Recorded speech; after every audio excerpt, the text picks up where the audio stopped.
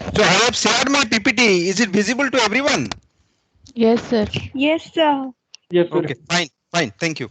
So this is what we were discussing in the last lecture, that if I had a load instructions and how to determine a load interlock.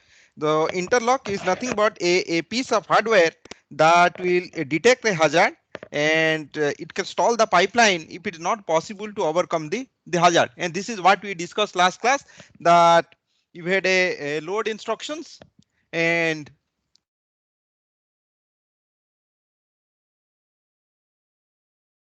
we had a load instructions, and there are three sequential instructions following the load instructions. And the first says that there is a load instructions, and there is no dependency of any of the three instructions following the load instructions on the result written by the load instruction. So there is no hazard because there is no dependency exists. Now there is a dependency that required a stall, that load instruction write to the destination register R1, and add instructions, one of the source register is R1, and this result into a stall. Now so this is the next sequential instructions. Then there is another instructions, that subtract instructions, that needs the result of the load instruction, and these instructions, the hazard can be overcome, the dependency can be overcome by means of a mechanism called the forwarding. And this was the third instruction, the second instruction after the load instruction. Let's look at the OR instruction, which is the third instructions after the load instructions. So R1, uh, the R1 depends on the result of the load instructions, and here the dependency of the OR instruction on the load instruction is in the order of the access. The load instruction will write the register R1. After that, the OR instructions can read the register the R1. So what does this say? That this indicates that the only comparison is needed between the destination and the source of the two instructions for two instruction following the instruction that wrote the destination. So this is the instructions, load is the instruction that wrote the destination, and the comparison is required only between two successive instructions following the load instruction. That means you need to check whether the add instruction or the subtract instructions, the source, it depends on the result of the load instruction. In one case a stall is going to take place, in the other case you can overcome the hazard by means of the forwarding. But how to determine, how to design the logic for it? So let's look at the load interlock. Now if there is a hazard, we that is a row hazard. Row hazard is a purely a data, there exists a pure data dependence between the source and the destination. So if there is a row hazard with the source instruction being the load. So let's look at, we are looking only for the load interlock, and the load instruction will be in the execution stage when the instructions that needs the load data will be in the ID stage. So let's look at the execution pattern now.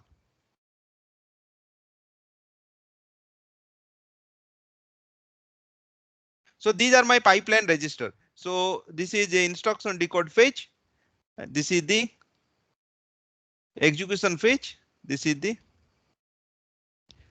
memory fetch. Now, if you are executing a load instructions, then the load instructions will be in the execution stage, and the instructions that need the result of the load instruction, let's say some instruction, let's say add instructions, is in the ID stage. Now, look, these load instructions will generate a result. These load instructions will generate the result. That means you to read from the memory only after the memory stage. Let's say this instruction needs the result of the load instruction. That means when in the next clock cycle, the add instruction moves to the execution stage, then the load instruction has gone to the memory stage. Now at the add instruction needs at the begin of this clock cycle, and the load instruction produce the result needed by this add instruction at the end of the clock cycle. So by means of forwarding, there cannot be a reverse forwarding of the data from the end of the clock cycle to the beginning of this next clock cycle. So look at these two are doing at the same clock cycle. That means this needs at the beginning of the clock cycle and the load produces at the end of the clock cycle. So this is not possible. So here the if such a dependency. So how do you check now the dependency? So if you check the dependency that the source of the add instructions and the destination of the load instruction, if those two are same, then you detect a hazard and you stall the pipeline. So the load instruction will be in the execution stage when the instruction then needs the load in the ID stage. So when this instruction add instruction in the ID stage, now let's look at when this instruction go to the execution stage. This will in the instruction from the ID stage will go to the execution stage if the instruction is issued, and we know that issued means if the instruction move from the ID stage to the execution stage, then the instruction is issued, and the instruction will be issued only when there is no hazard. That means the operands are available, or the operand can be forwarded by means of a mechanism, by some means of mechanism, maybe by means of a data forwarding. So and if the hardware detects that it's not possible to overcome this dependency by means of forwarding, then the pipeline interlock should able to detect a hazard and install the pipeline. So in the instruction decode stage, when the add instruction is in the instruction decode stage, then you have to check whether its previous instruction which is in the execution stage, what is the destination of the this add instruction source of this add instruction. Look at all these informations are available in this pipeline register. What will be the source of these add instructions?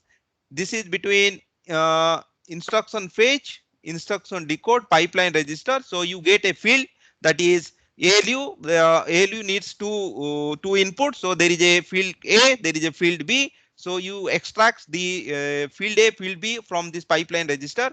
Then there is this is between sorry, this should have been instruction fetch, instruction decode. This is instruction decode and execution. Then you check whether the source of this instruction and the destination of this instruction, the instruction which is in the execution stage, this relevant information for that instruction is available in the pipeline register between the instruction decode and execution, this in this pipeline. So you extract the source. Now let's look at where are the source are present. Now in every instruction the source are fixed. This is the destination. RS, RT are the source. So this source, these are the two source, and this is the destination. So you have to check whether the destination is equal to the source, and if the destination is equal to the source, then it's not possible to forward. It's not possible to overcome the dependency by means of forwarding. So you have to stall the pipeline. So this is how you are going to check. This is the logic to detect the need for a load interlock during the ID stage of instructions requires three comparisons. Now let's look at what are the three comparisons it required. Now you have to look at there are two sources, RS and RT. This one of the source, this source may be the destination of the instruction in the execution stage. This source may be the destination of the instruction in the execution stage. So you have to check both the source. So so let's look at the which are the field we have to check. This is the execution and instruction decode execution stage, and the instruction fetch, the instruction fetch and ID stage. So this is the source and this is the destination. So you have to check now. This is the source. We are looking at the first source, whether the first source and is equal to the RT. So this is taken as a RT as the source. So this is RT and this another load. This is RT. This should have been the RT. So it compares the two source. With looking at whether the source is equal to the destination, and for rest of the instructions, it simply check that whether the RS is equal to the RT. So this is how you compare. This is how we compare the source with the destination, and you check if the source of one instruction is equal to the destination of the another instructions, then a hazard should take place. I think this in our nomenclature, I have taken this with the RSS and RT. So this should have been RD. This should also have been RD, and this should have been also the nomenclature. Let's look at the nomenclature. The nomenclature is to remain. We have taken RS and RT, and RD is the destination. So you have to check whether the destination of the instruction in the execution stage. That means the instruction is going to write to RD. The another instruction is going to read from the RD. So if the source and RD are same, here is RT and RD. So this is for input A. This is for input B, and this is for rest of the instruction it takes as a input A. So this is RS. So this is what I will explain this one. Now this is you design a what you design, we've designed an interlock. Now yes, yes. In the third example again, which instance? No, no. Yeah, let me see. Your voice is not clear. Can you repeat? Audible now? Yeah. Can you please describe the third row again? I couldn't get it. For which instance it is used?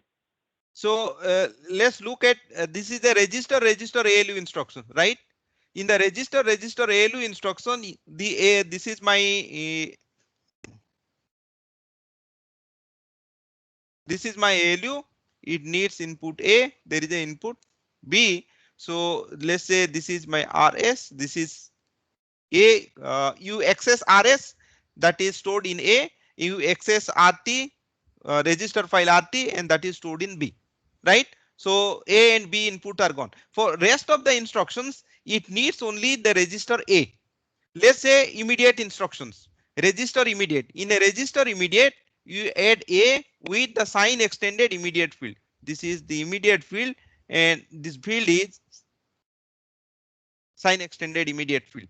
Now you compute the for a load and store instruction. For a load and store instructions, you need to compute the effective address. Then how do you compute the effective address? A plus the offset sign extended, this one. So the effective address is computed in that way. Then if it is a branch instructions, again the branch instruction is the NPC plus the offset, and where you get the NPC is taken to the register A only. This NPC by design it goes to the input A. So this it takes the input source. Source is RS. This correct?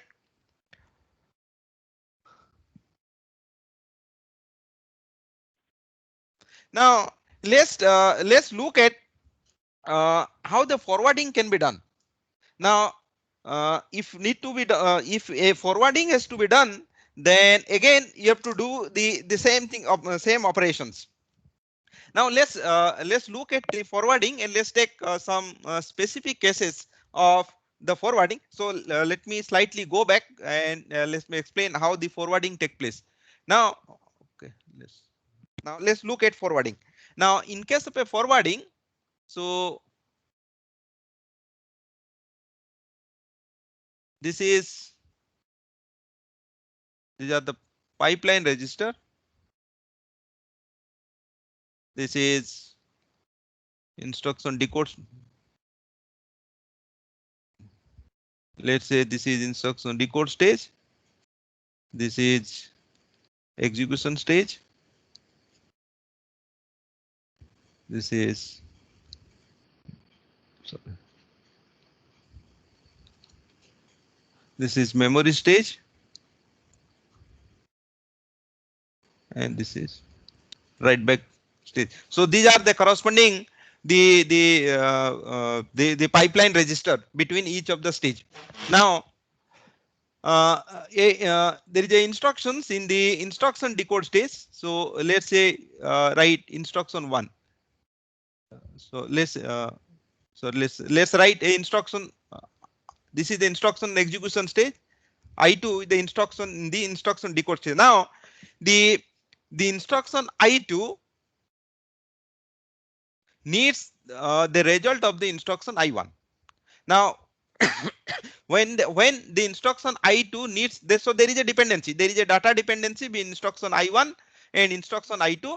The result of instruction I1 has to move to the source. That means the destination of the instruction I1 is one of the source of instruction I2, whether it can be source A or it can be source B.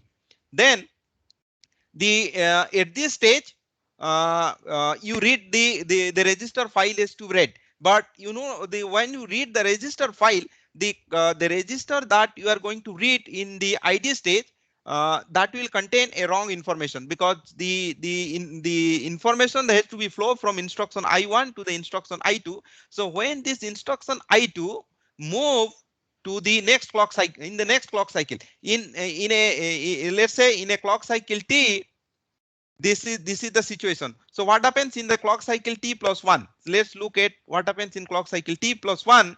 So I1 moves here and I2 moves here. Now when I2 moves here, so where is the result? At the end of the clock cycle, at the end of this clock cycle T, the result is available in the pipeline register between the execution stage and memory stage. So in this pipeline register, and the instruction is in the instruction I2 in the execution stage, from where it will read the source. It will read the source from this pipeline register. From this pipeline register. That means the information has to move from this pipeline register to the specific field in this pipeline register. Okay. Now let's look at another scenario. Now let's look at, go back again to the previous one, instruction 1, instruction 2. Let's say this is instruction 1, this is instruction 2. Then I'll put another instruction now is instruction I3. And instruction I3 now depends on instruction I1. Instruction I3. Now let's assume instruction I2 there is no dependency between instruction I1 and I2, or there is a dependency between instruction I1. If there is a dependency, then the forwarding mechanism is from this pipeline register between execution stage memory to instruction instruction decode execution stage the pipeline register. Let's say now the dependency between instruction I1 and instruction I3. Now when the instruction I3, this is in the memory stage, this instruction I1 in the memory stage, and in the next clock cycle, let's say this is T plus 1, let's say it goes to T plus 2. In the next clock cycle, this will be instruction I1, this will be instruction has moved to this has moved to this, and I3 will move to this. Now from where instruction I3 will get its source? Again, it will get its source from the pipeline register between instruction decode and instruction fetch. So from this pipeline register. But where the operand for this instruction I3 is available, the operand for this instruction I3 is available between the pipeline register between the memory stage and the write back stage. So from this memory write back stage, a forwarding has to be done to the input to the pipeline register between instruction decode and execution stage. So this is one forwarding. Now this is for a register instruction. Now there is a possibility that you read a memory, and result of the memory is needed by one of the instructions. Now, when you read a memory, you read a memory in this stage. You read a memory in this stage, and the result of the memory is available at the end of the clock cycle. So where it is available? This is available in this pipeline register between the memory and the write back stage. This is the memory. This is memory. So this would have been the. There is no pipeline register here. So this is a write back stage. So the memory and the write back stage pipeline register. So if it is the load instructions and any of the instructions that requires the result of the load instruction, then it has to move from the pipeline register between the memory and write back stage to the uh, pipeline register between instruction decode and the execution stage. That means we have to move to the corresponding input, the corresponding field of the pipeline register between the instruction decode and execution stage. So we have to look at all possible combinations. So we are not going to look at all possible combinations, that will consume a lot of time. But let's take some instruction and see and how it is done, and rest of the things remain exactly. If you analyze one of the instruction, the rest of the things will remain exactly the same. Now let's look at anyone is. Let's take only one row. Let's take the first row. So what he says, let's look at the column side. He said the pipeline register containing the source instruction, and the pipeline register containing the source instructions. So this is the source instruction is there in the pipeline register between execution and the memory stage. So between execution and the memory stage, that means it's a register ALU instructions, and it's a register ALU instructions, and the pipeline register containing the destination instruction, that is in the instruction decode and the execution. That means one instruction in the instruction decode stage is depend on the result of the instruction in the execution stage. So this is for all the register ALU instruction, register immediate, load, or any type load, store, and branch instructions, and the destination, the result has to be forwarded to the top ALU. This is top, and the bottom it says the ALU input A, and the bottom is the ALU input B. So now you have to compare. So you have to compare and between the source and the destination register. And if the source and destination register matches, then you have to activate the forwarding logic so that the data will be transferred from a pipeline register from the pipeline register to input of the functional unit. So what you check? So this is the pipeline register. Then you check the IR field of the pipeline register and get the source register from this IR field. So if the source is equal to its destination, if the source is equal to the destination, this is the instruction that is going to write to a register that is needed by the instruction decode. If these two register RD and RS are same, then data need to be forwarded. Data need to be forwarded from the pipeline register, from this pipeline register in the execution memory stage to the pipeline register between the execution instruction decode and the execution stage. So it says that from the destination, so it will write to a destination. From that destination, look at if it is the register emit, all of them will write to a input called ALU output. This is what we have already seen. They will write to one pipeline register called ALU output.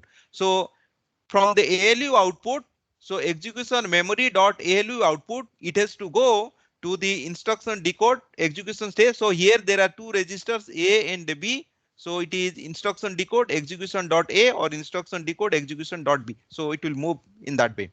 So rest of the things also remain exactly same. But let's look at one more interesting thing. So let's look at this particular line. So let's look at this one. The last part. Suppose during the during the code sequence, suppose you had this type of code. Now, what does this say? This type of code possible to write. So let's look at the first code is a add instruction with three destination register R2, R1 and R3 are the source. Second is a add immediate. This is all are 64-bit, and here is destination is also R1, but source is also R1. So the next instruction, let's say this instruction is 1, this instruction is the next sequential instruction 2, this instruction is 3. So they are in sequence. Instruction 1 followed by instruction 2 and instruction 3. Now if you look at instruction 2 depends on the result of the previous add instruction. Let's look at instruction 3. The instruction 3 also depends on the result of the previous instruction. Now if you look at if you look at the analysis that we have done, that the result of the instructions may immediately affect the next sequential instruction. That means the next sequential instruction, you need to check whether the destination of the current instruction is the source of the immediately next to successor instruction. So now if you look at the hardware detection logic, or the pipeline interlock is going to check whether the source of R1 sorry, the destination of this add instruction is the source of this successor, immediate successor, whether the destination of R1 is the source of this instruction, and if they are a source, then it can be forwarded from here. It forward from the execution memory stage to the instruction decode and execution stage, and from this memory write back stage to the instruction decode execution stage of the subtract instruction. Now let's analyze this particular instruction. In these instructions, the subtract instructions actually depends on the result of this previous add instructions, that is add immediate. This instruction is not on the not on this add instruction. It depends on the add immediate instruction, but not on this add instruction if I sequentially execute. So the hardware detection logic, the forwarding logic, to be informed that if there is a dependency of an instruction from the memory instruction decode execution stage and execution and memory stage, then the forwarding has to be done from the sorry, if there is a dependency between the if instructions depends on if the source has if the source is the equal to the destination of its previous two instruction. So let's look at, this is my source R1. This source is equal to the destination of two previous instruction. So this and this is. In our forwarding logic, we have said that from the execution memory stage it can be forwarded, and from the memory from the so let me so execution this is from the execution memory and the memory and the memory and the write back stage. So it can be forwarded from the execution memory and the write back stage. Now, so here you look at the forwarding logic will say that there are two forwarding paths to R1, but actually the forwarding should come only from the execution and memory stage. So when such a scenario exists, then the forwarding logic has to be say that from where he has to get that particular the operand.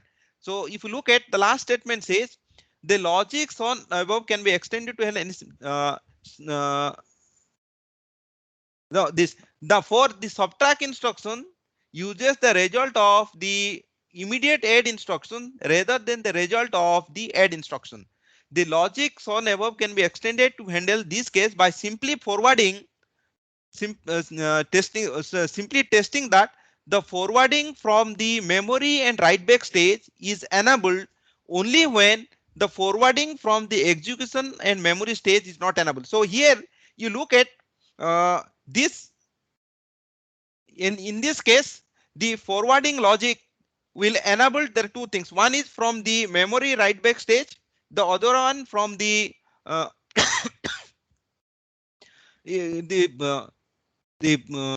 the one forwarding is coming from the memory write back stage and the other forwarding is coming from the execution and memory stage. And it says the forwarding from the memory and write back stage will be enabled only when there is no forwarding from the execution. No forwarding is enabled from the execution and memory stage. And if the forwarding is enabled, if the execution memory stage forwarding is enabled, then the forwarding from the memory and write back stage is disabled. So only one of the forwarding is to take place. Either the forwarding will come to a particular source from the execution memory stage or from the memory and write back stage. So if it is coming from the execution and memory stage, then it will not come from the memory and write back stage. So this type of equation can also be, or this sequence of instruction can also be handled.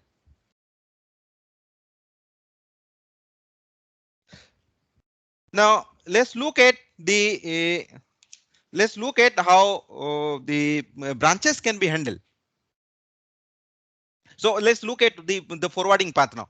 So this is what we have looked at, the forwarding. So let's look at the forwarding path. Now this is slight modifications. So here this is my ALU. The so the ALU can get the source from this pipeline register, that is the normal pipeline, or from a forwarding path. The forwarding path either from this execution memory stage or from the memory write back stage. This is for register instruction or the register immediate the instructions. Now, so similarly case for there are two sources, the source A and source B. Similarly, from the source B, either you can get from here or you can get from this ALU out. This is for register or register immediate. But there is another type of instruction. It's a load instruction. The load, the result of the load can also goes to the input A, or the result of the load can also goes to the input B. So the MOX is expanded to include three more inputs. Here one input is coming from the execution memory state, and another input is coming from another two inputs are coming from the memory write back stage. One for the result of the register instruction or register immediate instruction, the other one for the load instruction. Now let's look at the branch instruction and how the branches are handled. We have discussed the execution of the instruction in a on pipeline machine that takes a multiple clock cycle, and what we have discussed that so let's slightly go back.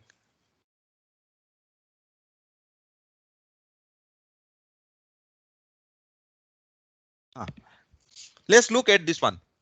So this is what we have discussed, that this is not a pipeline machine. This is not a pipeline machine. So we looked at that the branch address is this is what all is done. Then a branch we are testing a register with a 0 for a possible branch, and the branch address is also computed in the execution stage. So here the target address is computed by using this ALU. Do you compute the target address? Then we are checking whether the branch is going to take place or not in the execution stage. This is not a pipeline machine. This is a simple execution of this instruction. And after this end of this clock cycle, so this is after this end of this clock cycle, then the PC is updated. So PC is updated in the memory stage.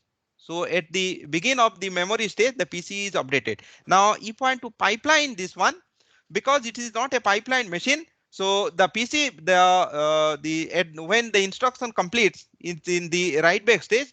So the address of the next instruction should be available. So at the end of the memory stage, so at the end of the memory stage, the PC is already updated. So by the time the instruction complete, the address of the next instruction is already available. So start fetching and you execute this instruction. This is a multi-cycle execution of the instruction in a on pipeline machine. And let's look at the pipelining the machine.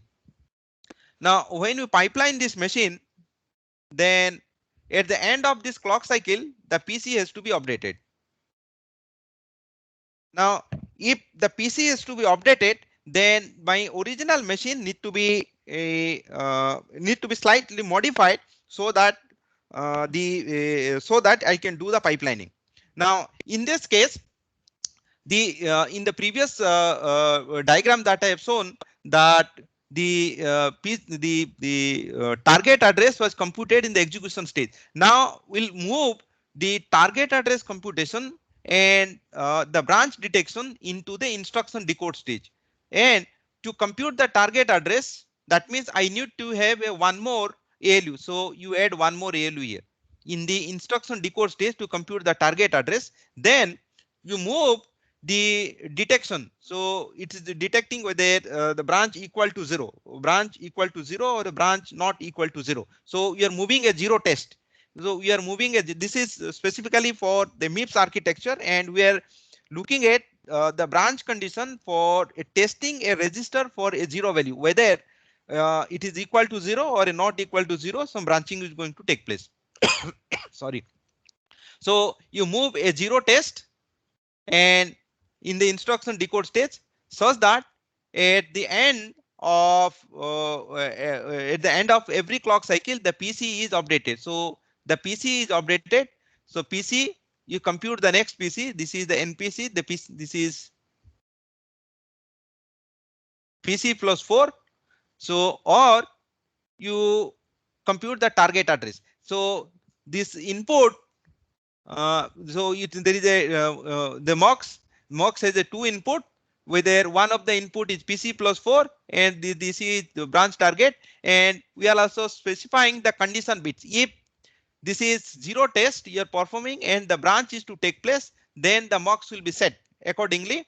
So the PC will be updated to PC plus 4, or the PC will be updated to the branch the target address. So this is how the branch the branch is handled in the pipeline machine, the MIPS architecture that we are discussing now.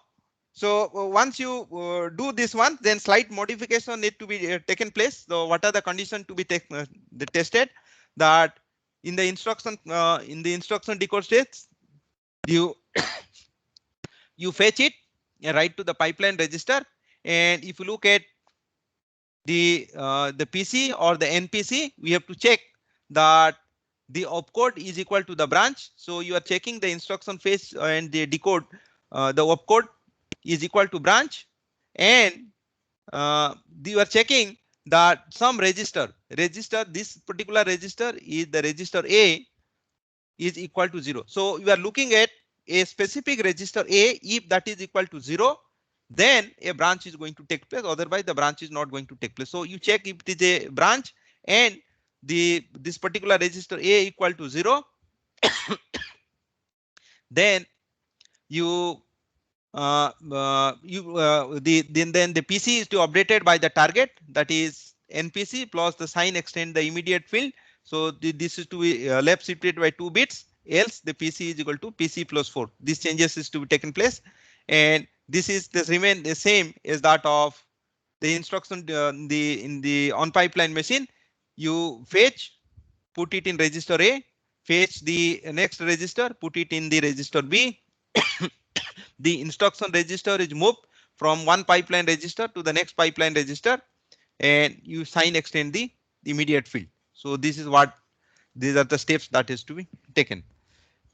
But let's slightly move to the general section, where general channel, where you had a quiz that it should appear at 8:40.